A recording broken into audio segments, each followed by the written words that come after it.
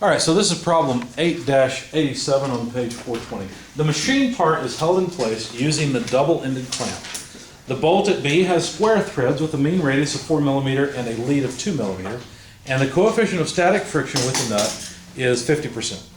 If a torque of 0.4 newton meters is applied to the nut to tighten it, determine the normal force of the clamp at the smooth contacts A and B.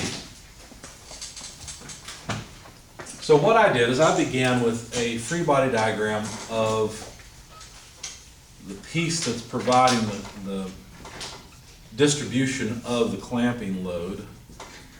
And I considered reactions AY and CY at the ends. And of course the bolt and the nut and all of that, what is that really doing? Well, at B it's pulling down on it with force BY. Now some dimensions, 260 millimeter here, and then B to C is 90 millimeter. And then, just so I could keep myself straight, I drew some square threads beneath B so I could put them in the right place and think about what was going on with these square threads. So these would, of course, wrap around the other side and continue in a spiral. My best illustration of a square thread. The lead is 2 millimeters. Now you might look at that and say, well, wait a second, I thought that was just your ramp. Yeah, but think about it, the ramp goes all the way around, right? So one full ramp, one full thread would be from, say, this point to this point, or this point to this point. Similar point to similar point, because it's all just one helix, okay?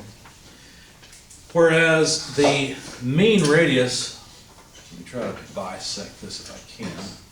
The mean radius is that dimension. So R sub M, 4 millimeters. Now I just put the subscript M on the radius so that we could remember it's a mean radius. But in the equations, they just call it R.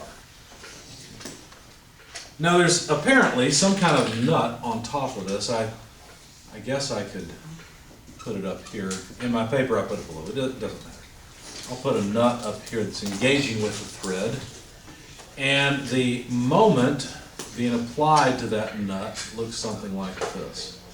Is a moment along the axis of the thread or the fastener, and is 0.4 newton meters of torque. You may be used to foot-pounds, I don't know. So think about it. If we are applying, I probably should have put this above the whole thing because that's really where it is, but anyway, if we're applying a moment this way, what are we doing? We're pushing that thread down along the screw, right, or we're trying to turn it down. So the body of this would be pulling down on the nut while the nut is transferring that load to this clamp. Does that make sense? Any questions so far? Okay. So if we're moving the nut down, but basically this body's pushing up on the nut, are we moving with the load or against the load? We're moving against the load, right? Because if the load had its way, the nut would just freewheel off and come up, right? So we're moving against the load. The reason that's important is because you have to decide which of the screw equations to use. We've got three here, equation 8-3, 8-4, and 8-5. In our case, since we are moving against the load, that's called upward motion, that's equation 8-3. You may want to make a note of that in your book. When you're moving against the load, equation 8-3 is the one to use. Okay? So let's jot down the equation and see what we need to go into it. M equals RW, tangent of phi sub S plus theta. Well, maybe we should get some of these things because they only told us lead, let's see, move away from that page. They told us what? Lead, mean radius, and a friction coefficient, mu sub S. I forgot to write down the friction coefficient, so we'll just add it here. Mu sub S is 0.5. So how would I get theta, the lead angle? Well, I would consider a thread, by drawing a triangle. I want to get theta. The lead was given as 2 millimeter. And I already told you what this length would be. It's 2 pi r, isn't it? So that would be 2 pi times the radius of 4 millimeters. So if I wanted to get theta, I would need to take the inverse tangent of 2 millimeter, the lead, divided by 2 pi 4 millimeter. You see that? It's just a triangle at this point. Millimeters are gone, the 2's are gone, and basically I need the inverse tangent of 1 over 4 pi. That's what I did. When I took the inverse tangent of 1 over 4 pi, I got about 4.5499 degrees. So that gives me theta. What about phi sub s? How did I tell you to calculate the angle that the friction coefficient causes between the friction force and the normal force? It's again with an inverse tangent equation, right? Just take the inverse tangent of the friction coefficient. So if I want phi sub s, I just need to take the inverse tangent of the friction coefficient. And so that would be the inverse tangent of a half. So when you do that, you find that that angle is, where did I do that? Here it is. I guess I'll just put it up here because I'm going to erase this. I need the space. Make some notes. 4.5499 degrees for theta. Phi sub s came out to 26.5650 degrees. Okay. So that's what I got from taking this inverse tangent. So now let me get rid of all this. I don't need any of that anymore. Now, what was the question? I think the question was, what's the normal force of the clamp at the smooth contacts? In other words, tell me what AY and CY are. Well, to get those, I better get BY. BY, anybody know which of these terms is actually BY? It's a W. It's W. Right? It's the weight. It's the load that's being moved again. This is BY. So if I solve for that, BY, I would have M over R over tangent of phi s plus theta. Right? So now I think all we got to do is plug in numbers and see what happens. Moment, 0.4 newton meters. The radius R is 0.004 meters. Do you see what I did there? If you have millimeters and you want meters, it's actually very easy to get. All you've got to do is move the decimal place over 1, 2, 3.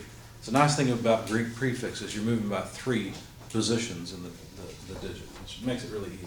That way the meters will cancel. So that's R. Then I need tangent of the sum of these two angles. So 26.5650 plus 4.5499. Both of those are degrees. Be careful and make sure your calculator is set in degrees. It can be easy to accidentally set it in radians and your trigonometric functions come out wrong. Okay? Especially with with any of them, but especially with the inverse tangent functions. By the way, if you use Excel for your functions, what angle measurement does it use by default? Radians. It uses radians. So you have to know that and be careful. Anyway, so if you plug all of this into a calculator, or Excel if you like, I guess, you'll find that BY is equal to 165.67. What units will I have here? Newtons. That's the only thing we want. Exactly. So now that we've got BY, the thread problem's done. We don't care about friction coefficients and threads and lead angles. Now all we have is a simple statics problem, right? Because now we know that BY is 165.67 newtons, and we can use a sum of moments to calculate, say, AY or CY. What I did is I chose to sum, I'll write it out, sum moments about A, counterclockwise positive equals 0, and I wrote 260 plus 90, why? Because that's this entire length, summing moments about A, times CY minus 260 times BY. What am I saying here? Well, notice that CY causes a positive moment, so there's its moment arm, 260 plus 90. The moment arm for BY is just 260, and it causes a negative moment. Of course, I know the value here is 165.67. So from this, if you solve for CY, you find the value, and I'll just write it over here. CY equals, I got 123.07 newtons. Okay?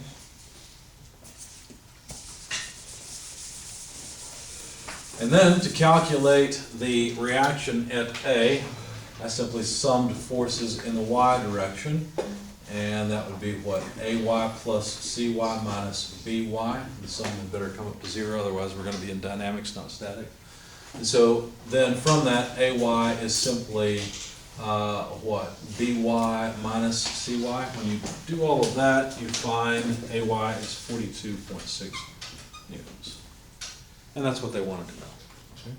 So now we know, what does this tool do? Holds things down.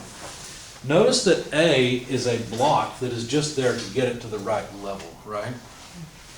And so what this thing has done is it has reduced the amount of force being used to clamp down the part.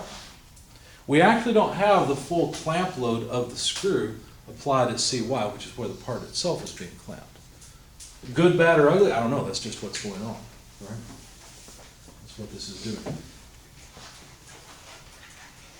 So why would we use a system such as this? Why bother? Why wouldn't we just screw the part down to the work table? Because we don't like making holes in the work table, for one thing. And it's more convenient to have slots where we can put screws into those slots, usually with a T-nut, and have flexibility to move the clamp around, put it wherever we want, with a sacrifice of just a little bit of force. Not enough to really worry about. Okay. Any questions, comments?